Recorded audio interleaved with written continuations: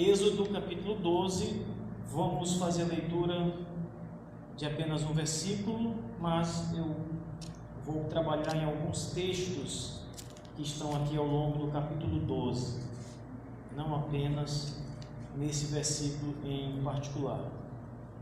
O versículo 23, abram e mirem no verso 23, Êxodo capítulo 12, versículo 23.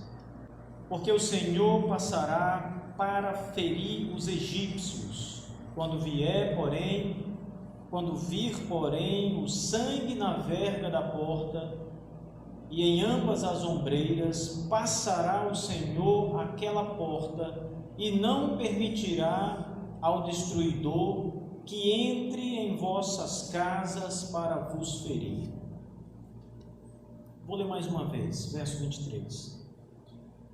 Porque o Senhor passará para ferir os egípcios, quando vir, porém, o sangue na verga da porta e em ambas as ombreiras, passará o Senhor aquela porta e não permitirá ao destruidor que entre em vossas casas para vos ferir. Amém. Vamos agora orar. Curve sua cabeça. Nosso Deus bondoso e maravilhoso, Senhor, de quem nós esperamos todas as coisas, a nossa vida, Senhor Deus, está à mercê da Tua vontade e tudo o que Tu queres é aquilo que acontecerá conosco. A nossa vida está em Tuas mãos, Senhor Deus, os nossos caminhos são os caminhos que o Senhor traçou na eternidade, Pai. Nós somos gratos a Ti por tão grande amor com o qual nos tem amado, Senhor Deus, ao ponto de mandar Jesus Cristo, Teu Filho amado, para morrer em nosso lugar, nos dando vida em Jesus Cristo, nos livrando da morte, nos livrando de todas as coisas que são destinadas aos ímpios que irão para o inferno. Obrigado, meu Deus, por nos livrar desta trágica e desse terrível juízo que aguarda aqueles que não conhecem ao Senhor. Obrigado por vir ao nosso encontro, Senhor Deus. Obrigado por mandar o Teu Santo Filho Jesus em nosso lugar para a cruz do Calvário, derramar o Seu sangue pelo nosso sangue, dar a Sua vida pela nossa vida. Somos gratos, Senhor Deus, pois sabemos quem somos, Senhor, e sabemos o quão pecadores nós somos, o quão indignos nós somos do Senhor e da Sua graça. Ainda assim, Senhor Deus, Tu provas o Teu grande amor ao ponto de salvar pecadores indignos como nós. Louvado seja o nome do Senhor, louvado seja o Senhor Jesus Cristo, nosso Redentor, por todas as grandes obras que fez na cruz do Calvário para nos salvar. Senhor Deus, que o nosso coração esteja sempre voltado a Cristo, a Tua palavra, em obediência, disposto, Senhor Deus, e desejoso de obedecer Tua lei. Assim oramos em nome de Jesus. Amém. Queridos irmãos, hoje nós vamos para a nossa quarta e última mensagem sobre a terceira doutrina da graça que nós estamos apresentando aqui na Igreja Batista Bom Samaritano. A doutrina que estamos trabalhando é a doutrina da expiação definida ou expiação limitada. E permita-me dizer aos irmãos que nós já trabalhamos duas grandes doutrinas deste conjunto chamado doutrinas da graça de Deus. Já falamos sobre a graça irresistível de Deus na salvação do pecador. Aquela doutrina maravilhosa que nos ensina que Deus, quando vem com a intenção de salvar o pecador dos seus pecados, Ele irresistivelmente opera no coração do pecador, ao ponto de aquele pecador agora olhar para Cristo Jesus e desejá-lo, amá-lo e confiar plenamente nele. Essa é a doutrina da graça irresistível de Deus. A segunda doutrina ao qual nós falamos aos irmãos em 4 mensagens anteriores foi a doutrina da eleição incondicional. Esta é a doutrina que nos ensina que o Senhor Deus, ao escolher os que serão salvos, o fez de modo incondicional. Ou seja, não há nenhuma condição no homem para que Deus o tenha escolhido.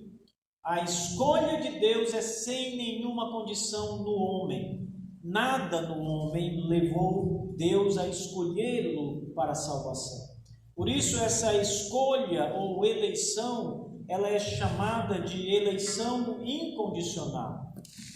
E a terceira doutrina é esta que estamos finalizando hoje, a doutrina da expiação limitada ou definida. E esta é a doutrina que nos ensina que o Senhor Jesus Cristo, ao vir ao mundo e a morrer na cruz do Calvário, teve a intenção de derramar o seu sangue para salvar apenas aqueles que Deus escolheu nesta eleição incondicional. Portanto, a morte de Jesus não é para salvar toda a humanidade, mas para salvar os eleitos de Deus, aqueles que nas Escrituras Sagradas são assim chamados povo de Deus, povo eleito, povo escolhido, povo de propriedade exclusiva de Deus, e que depois de salvos são chamados igreja do Senhor. Aqueles que compõem a igreja são aqueles que foram eleitos antes da fundação do mundo, eleitos incondicionalmente, chamados irresistivelmente no tempo pelo Espírito de Deus, pela pregação da palavra. E estes, apenas estes, foram aqueles pelo qual Jesus Cristo foi para a cruz do Calvário. Assim, Jesus morreu para salvar o seu povo, os eleitos de Deus.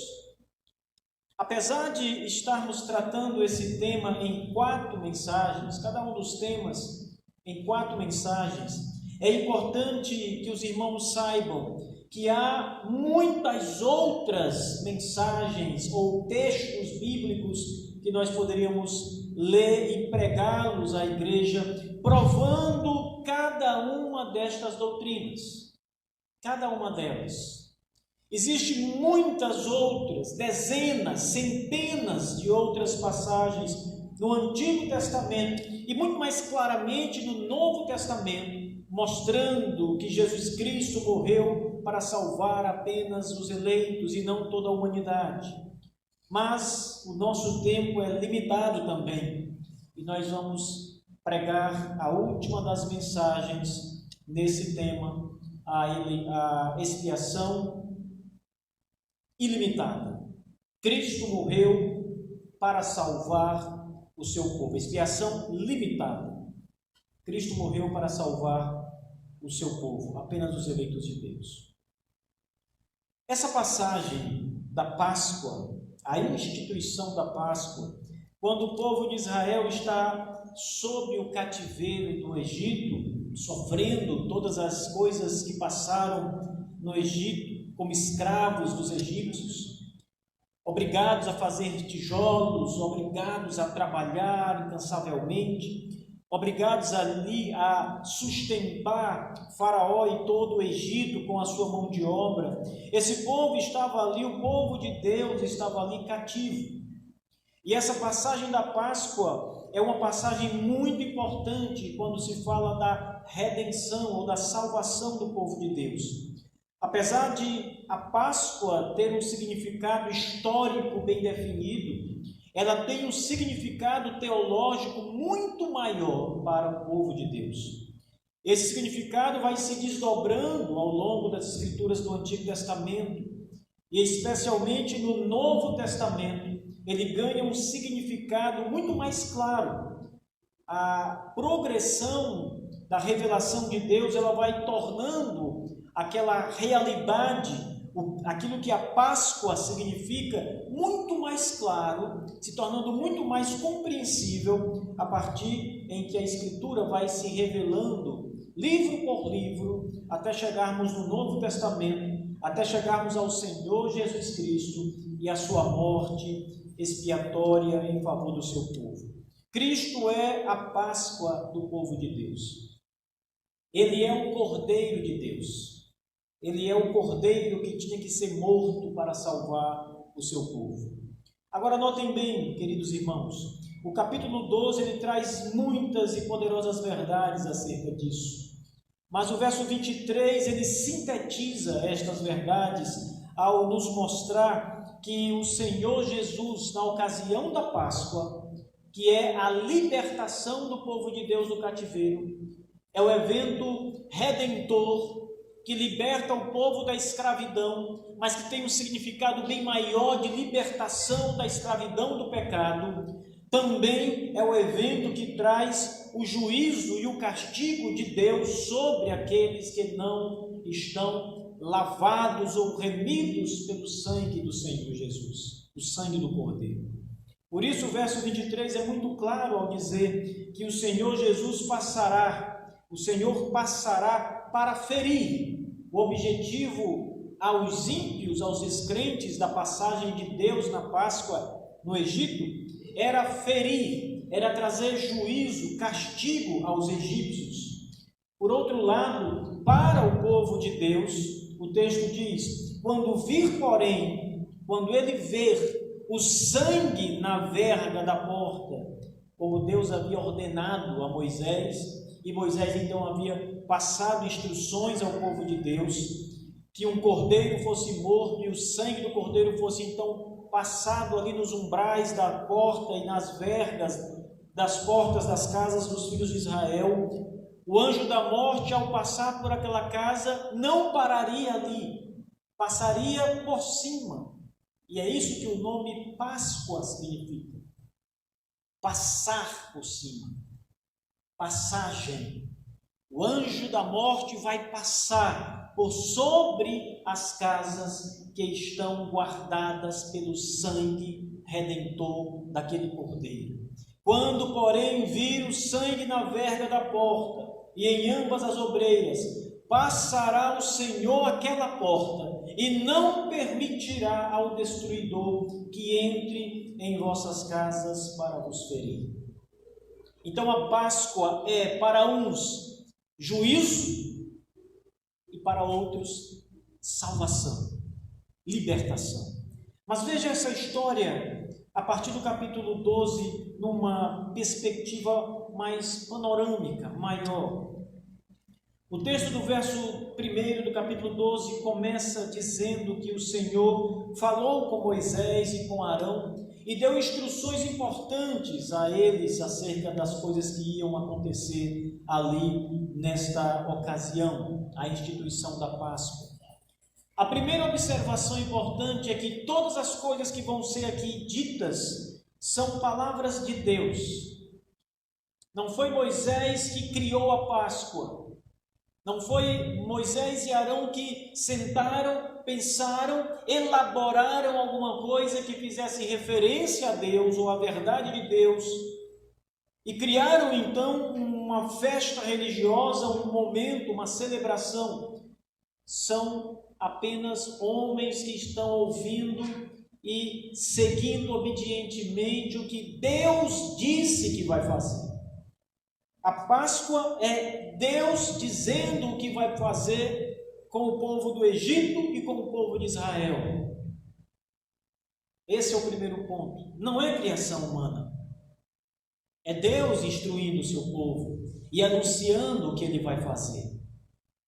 Nós temos aqui na Páscoa, meus irmãos, e vocês vão perceber logo isso, esta doutrina da expiação definida ou limitada, claramente apresentada aqui. Há uma distinção, uma separação entre um povo e o outro povo. Há uma distinção entre Israel e os egípcios, conforme Deus vai aqui anunciar. A uns ele vai guardar e preservar.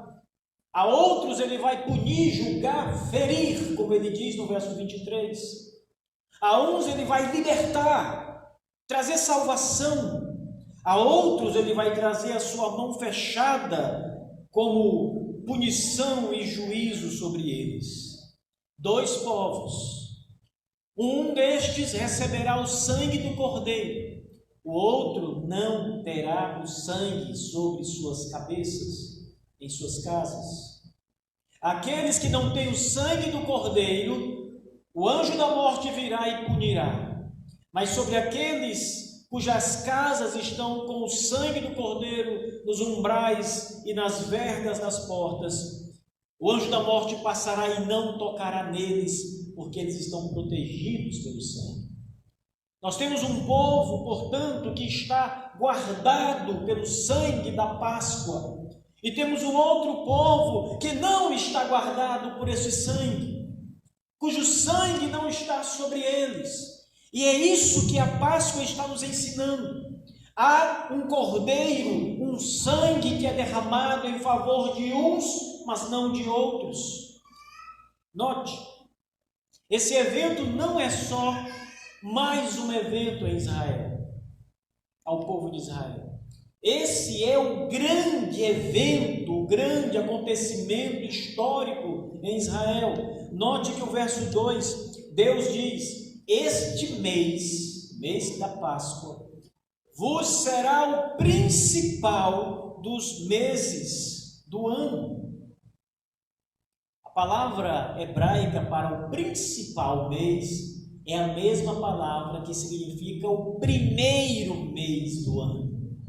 O que Deus está fazendo aqui não é só tornando o mês em que a Páscoa vai acontecer como um mês muito importante, um mês principal dentre todos os outros. Ele está mudando o calendário hebraico e dizendo: o ano agora começa aqui, por causa deste evento, desta Páscoa. Agora este será o primeiro mês do ano, o principal dos meses do ano. Mas por quê? Por causa do grande evento que vai acontecer. E que grande evento é esse, meus irmãos? Será a libertação do povo de Israel? Libertação do Egito? Não. O grande evento que vai acontecer na Páscoa é a morte do Cordeiro. E a consequência da morte do Cordeiro é a libertação do povo de Israel do Egito. Eles são libertos, são poupados, estão vivos, não morrerão, porque o sangue de um cordeiro naquela Páscoa foi derramado por eles. Este é o grande evento. Por isso, este se torna o mês principal de Israel, o mês da salvação, o mês da libertação. Então, o verso 2: este vos será o principal dos meses do ano. Será o primeiro mês do ano, diz o verso 2. Para quem é a Páscoa? Veja a expiação limitada ou definida, ou a morte de Jesus apenas para o seu povo, sendo apresentado de modo claro no versículo 3. Deus diz: fala toda a congregação de Israel. A congregação de Israel apenas, não aos egípcios, não a outros que estavam no Egito, mas a congregação de Israel. Fala a congregação de Israel dizendo: aos 10 dias deste mês, cada um tomará para si um cordeiro segundo sua casa, segundo a casa dos pais, um cordeiro para cada família. Mas se a família for pequena para um cordeiro, então convidará ele o seu vizinho israelita, o seu vizinho mais próximo, conforme o número das almas, conforme o que cada um puder comer. Por aí calculareis quantos bastem para comer o cordeiro inteiro. Aqui há grande ensinamento, irmãos. O primeiro deles e principal deles é: o cordeiro é para o povo de Israel, não é para os egípcios. Esse cordeiro que é a salvação não é destinado ao povo egípcio, não é destinado a outros povos que eram escravizados pelos egípcios. Esse cordeiro é para a congregação, a reunião do povo de Israel, para os filhos de Israel apenas. É somente para eles. É para o povo que Deus aparece ali na representação de Moisés e de Arão. É para eles que Deus diz: eu enviarei o cordeiro, as ordens, o significado, a salvação do sangue daquele cordeiro. Digam ao povo de Israel, a congregação de Israel, o que fazer.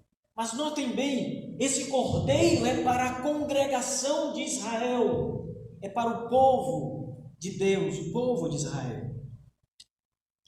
E notem ainda que esse cordeiro ele deve ser completamente consumido pelo povo de Israel, não por outros.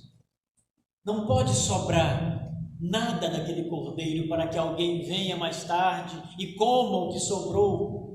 De repente, uma família então tomava um cordeiro, como está escrito, preparava o cordeiro, matava, assava o cordeiro em brasas, ia comer o churrasco do cordeiro ali, mas sobrava muita carne, que daria para muitas pessoas comerem. Poderia chegar alguém que nada tinha a ver com Israel e comesse daquele cordeiro. Eles iam embora no dia seguinte. Alguém chegaria, via os restos de comida e ia comer o cordeiro. Deus disse: não, se o cordeiro for mais do que suficiente para uma família, juntem outros israelitas, os seus vizinhos mais próximos, reúnam-se juntos e comam vocês apenas tudo do cordeiro, sem que nada fique. Mas ainda que sobrasse alguma coisa do cordeiro, ele deveria ser queimado completamente, para que ninguém tivesse parte naquela comida, naquele cordeiro assado que estava em Israel.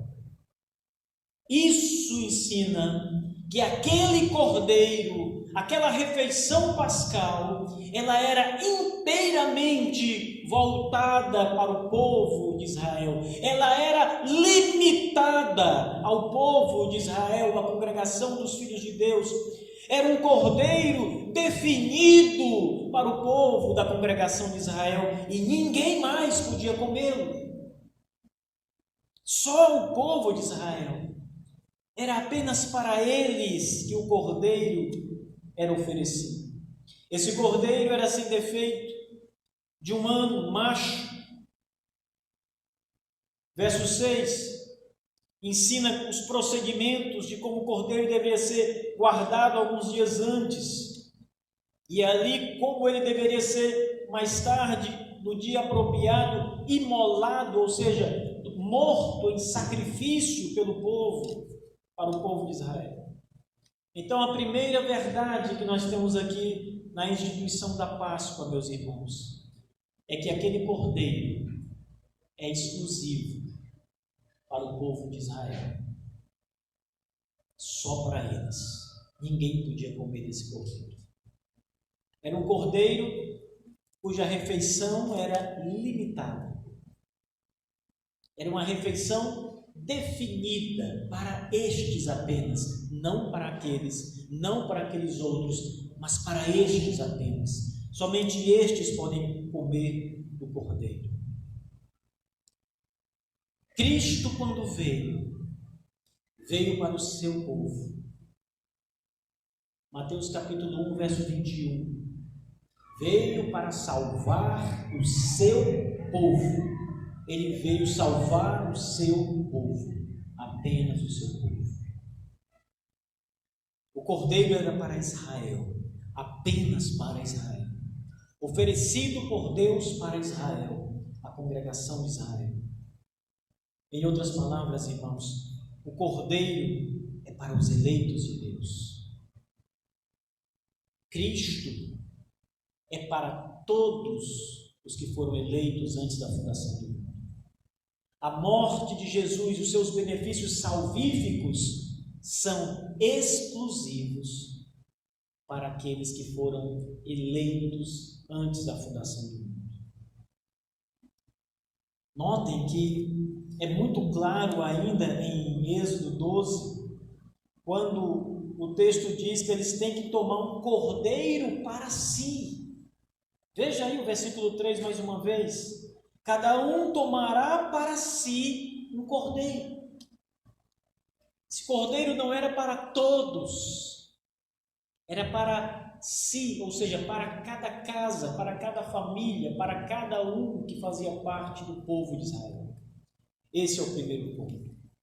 Mas ainda há algumas coisas interessantes no capítulo 12, acerca dessa expiação limitada, meus irmãos. Observem o versículo 7. Tomarão o sangue e o porão em ambas as ombreiras e na verga das portas, nas casas em que o comerem.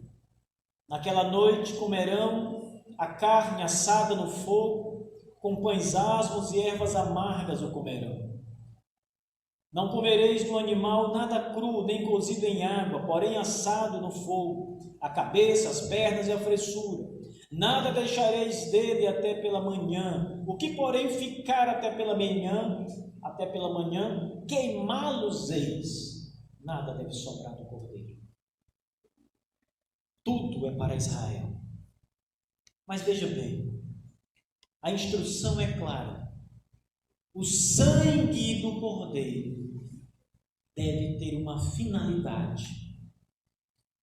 A instrução que Deus dá é que cada família que tomar o cordeiro deve então tomar do sangue do animal, tomar um mocho, enrolar numa vara e então colocar o sangue do animal numa bacia, numa vasilha, e ele então toma esta vara com este mocho na ponta e ele vai mergulhar o mocho no sangue. E então ele toma aquela vara e começa a pintar, a aspergir as vergas das portas, a viga da porta e os umbrais das portas. Ele passa nas laterais, o sangue em cima e nas laterais, nas ombreiras e na verga das portas. Há um significado, irmãos, teológico em passar o sangue. O sangue significa a cobertura, a proteção, o cuidado de Deus sobre aqueles que estão dentro daquelas casas. Note que aqui a proteção não é a casa propriamente dita. A palavra casa traz a ideia de família, no sentido, olhando para as pessoas. A casa abriga as famílias, as pessoas que estão ali dentro, guardados naquela casa. Por isso o sangue era aspergido na porta, para que a morte não entrasse. Quando a morte, o anjo da morte viesse, ele haveria de ver o sangue do cordeiro ali, naquelas vergas, naqueles umbrais, e ele então não entraria, ele passaria por cima da casa, ele ia embora daquela casa, a morte não iria parar ali, porque o sangue estava ali cobrindo, protegendo, guardando poderosamente todos que estavam cobertos pelo sangue. Veja que grande maravilha é o sangue protetor do nosso Senhor Jesus Cristo. Ali não devemos olhar apenas para uma refeição, quando nos juntamos apenas para comer e satisfazer os nossos apetites. Comer é muito bom. Nos reunir em família é muito bom. Compartilhar uma refeição com a igreja, com os amigos ou com a família é algo muito abençoador. Mas aqui, irmãos, aquela refeição tinha algo muito mais importante. Era uma refeição que garantia a salvação do povo. Aquele sangue era poderoso para impedir a morte,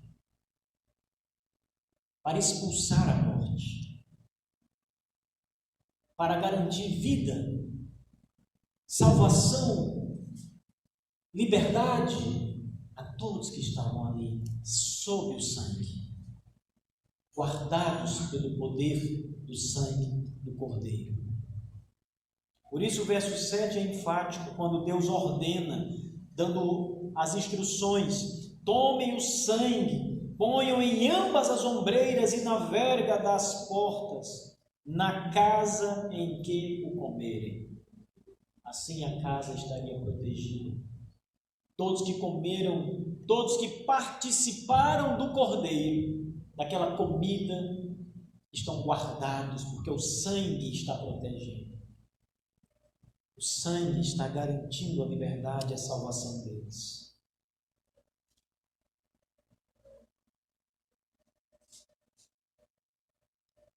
E isso é a Páscoa. Isso é a expiação limitada. Cristo derramou o seu sangue para cobrir os pecados do seu povo, da sua congregação, da congregação dos filhos de Deus. Ele foi para aquele madeiro com um objetivo seguro, definido, de com a sua morte salvar apenas o seu povo, cada um daqueles que foram eleitos na eternidade. A Páscoa está anunciando isso. O sangue está ali sobre a casa do povo de Israel apenas. Mas o que aconteceu com os egípcios? O anjo entrou e os matou, a cada um dos primogênitos. O que aconteceu com Israel? O que aconteceu com aqueles que estavam debaixo do sangue? Foram guardados do juízo de Deus, da morte. Foram guardados em vida. Isso é a Páscoa, irmãos. Quando nós celebramos a ceia, porque mais tarde a Páscoa vai dar lugar à ceia do Senhor. E quando nós celebramos a ceia, nós estamos anunciando exatamente isto. Cristo, o seu sangue representado pelo vinho, ele diz, tomando o cálice de vinho, ele diz aos seus apóstolos: este é o meu sangue, que é derramado por vós, não pelo mundo, é derramado por vocês. Ele toma o pão e diz: esse é o meu corpo, que é dado por vós. E aqui o cordeiro tem o seu sangue nos umbrais das portas, nas vergas das portas, apenas das casas dos israelitas. O cordeiro foi morto para salvar a congregação dos filhos de Israel que estavam no Egito. Cristo morreu para nos salvar, irmãos. Nós somos como aqueles israelitas no Egito, que nos juntamos para comer uma parte do cordeiro, do seu corpo, da sua carne. Cada um de nós participou daquela refeição pascal. Cada um de nós tem parte em Cristo, o Cordeiro de Deus, que tira os pecados do mundo. Cada um de nós está ligado a Ele. O seu sangue está sobre nós. O seu sangue é a nossa cobertura. O seu sangue nos traz o perdão dos nossos pecados. João diz claramente que nós temos perdão dos nossos pecados pelo sangue de Jesus Cristo. Pedro diz: este é o sangue precioso do Cordeiro do Senhor Jesus Cristo. Cristo, diz o apóstolo Paulo, é a nossa Páscoa. Cristo é a nossa Páscoa. O nosso Senhor Jesus não morreu na cruz para salvar aqueles que se perderão eternamente. Todos que estão no inferno, se pudéssemos enumerá-los, contá-los, nós poderíamos ter absoluta certeza, irmãos, de que todos e cada um dos que estão no inferno, jamais o Senhor Jesus foi para a cruz para morrer por eles. Todos que serão salvos, que já estão agora mesmo com o Senhor Jesus e que ainda estarão com Ele como nós e os que virão depois de nós, eleitos de Deus, todos estes são aqueles pelos quais Cristo morreu naquela cruz e derramou o seu sangue na cruz do Calvário. O sangue de Jesus cobre todo este povo. É suficiente para cobrir o mundo inteiro, mas foi direcionado para cobrir apenas este povo eleito de Deus. A nossa confissão de fé batista diz claramente que o número dos eleitos de Deus é tão certo que não pode ser aumentado e nem diminuído. Aqueles que Deus elegeu eternamente, que serão salvos eternamente, é um número definido, exato. Não podemos acrescentar mais gente ao céu do que aqueles que Deus elegeu. E nem podemos impedir qualquer dos eleitos de Deus de serem salvos. É por isso que o Cordeiro era consumido inteiro por Israel. Ninguém podia tocar naquele Cordeiro, comer daquele Cordeiro. O sangue dele não poderia estar em outras casas, apenas nas casas da congregação de Israel. Essa foi a ordem de Deus. Cubram suas casas com sangue, apenas as suas casas. A casa que não estiver coberta com sangue, o anjo destruidor passará. E é exatamente isso que nós encontramos na última parte do capítulo 12, meus irmãos. Sobre toda casa que não tiver a cobertura do sangue, há juízo e morte. O verso 12, o Senhor Deus diz: naquela noite passarei pela terra do Egito e ferirei na terra do Egito todos os primogênitos, desde os homens até os animais. Executarei juízo sobre os deuses do Egito. Eu sou o Senhor. Verso 13: o sangue será sinal nas vossas casas em que estiverdes. Quando eu vir o sangue, passarei por vós, e não haverá entre vocês praga destruidora, quando eu ferir a terra do Egito. Isso significa que o Cordeiro, para o povo de Israel, é livramento. Como vimos agora há pouco, é salvação. Mas para o Egito é destruição, é calamidade. A morte daquele cordeiro representa juízo sobre eles, maldição. Deus diz destruição, praga destruidora sobre eles. Não que o cordeiro seja a praga destruidora, mas a ausência do cordeiro é a permissão para que as pragas entrem, devorem, matem os egípcios. E assim é com Cristo Jesus, irmãos. Os eleitos estão guardados, protegidos. O sangue é por nós, sobre nós, para nós.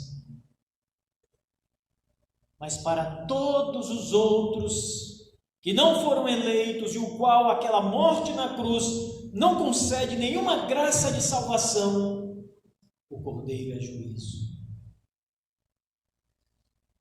Paulo diz que o Evangelho são as boas novas de Jesus Cristo. Ou seja, qual é a boa notícia? Vocês são pecadores, mas Deus enviou o seu Filho para vos salvar. Isso é o Evangelho, é a boa notícia. E Paulo diz: o Evangelho tem cheiro de morte. A boa nova para os eleitos tem cheiro de morte para os que se perdem. É juízo para os que se perdem.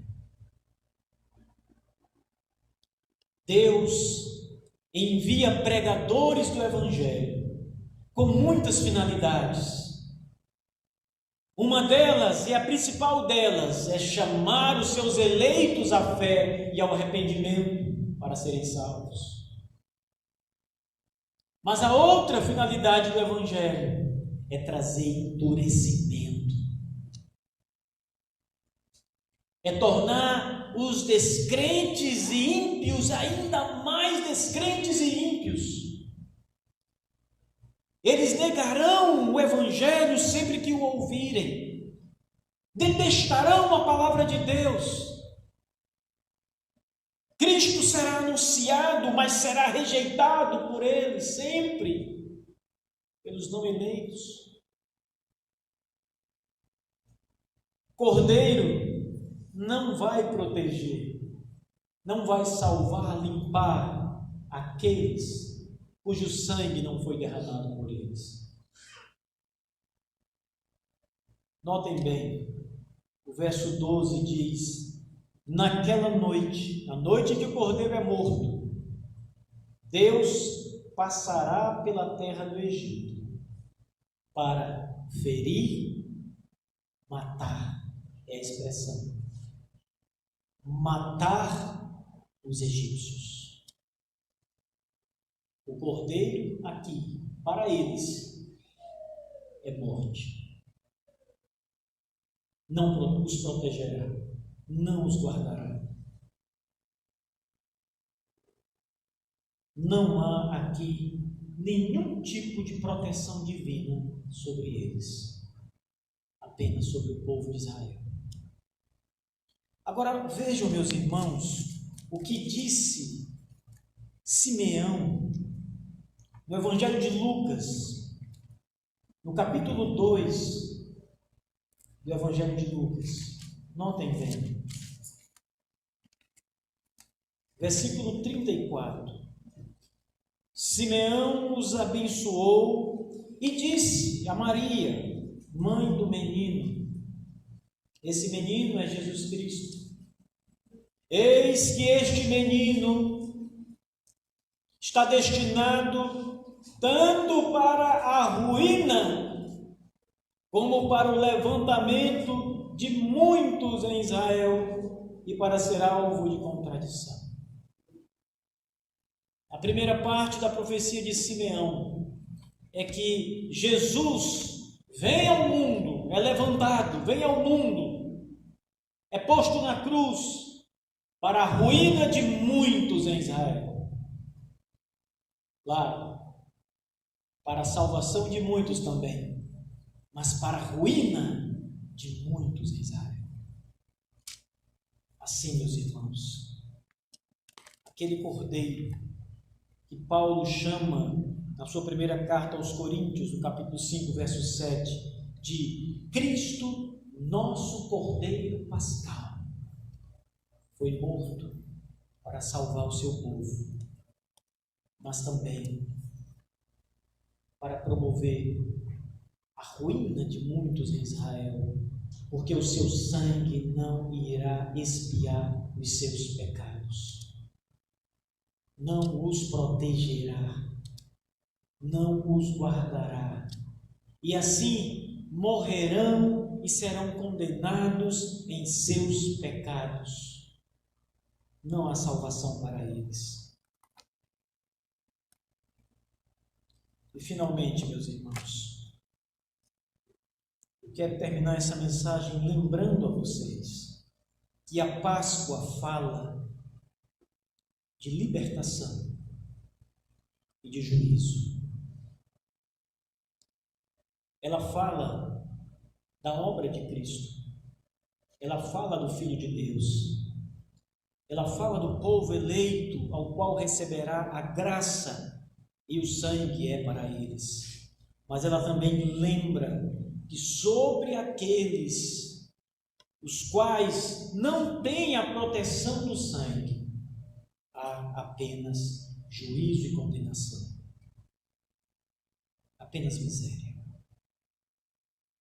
A Páscoa, ela é um símbolo muito precioso de Deus salvando o seu povo do pecado, de Satanás. Deus libertando o seu povo da escravidão, curando suas feridas, salvando-os finalmente. Israel, não o Israel étnico, pessoa por pessoa, mas Israel numa figura tipológica, nada mais é do que a igreja de Jesus Cristo. Israel aponta para o Israel espiritual, e o Israel espiritual é composto de todos aqueles aos quais Cristo morreu por eles, a igreja de Jesus Cristo. Nós estamos aqui nesta igreja, somos crentes em Jesus Cristo, amamos o nosso Senhor Jesus, reconhecemos a nossa miséria e pecado e a graça e bondade de Jesus sobre nós. Cremos nele, confiamos nele, esperamos nele. Foi por nós que Jesus morreu. E foi por todos os outros crentes, pela igreja, no mundo inteiro, em todas as épocas, de Adão até o último homem, todos da humanidade que creram, ou que crerão em Cristo, ou que creem hoje em Cristo, foi sobre eles que o sangue foi derramado. E foi por eles que Cristo foi para a cruz do Calvário. Ele é a nossa Páscoa. Ele é o Cordeiro Pascal. Ele tira os nossos pecados e nos dá a salvação. Nos liberta dos nossos pecados e da condenação eterna. Ele, Jesus Cristo, o nosso Senhor e Salvador. Vocês têm muitos motivos para louvar o nome do Senhor Jesus. Desde estarem vivos hoje. Os ímpios devem louvar a Deus pelo fato de estarem vivos hoje, vivos, existindo. Isso é graça.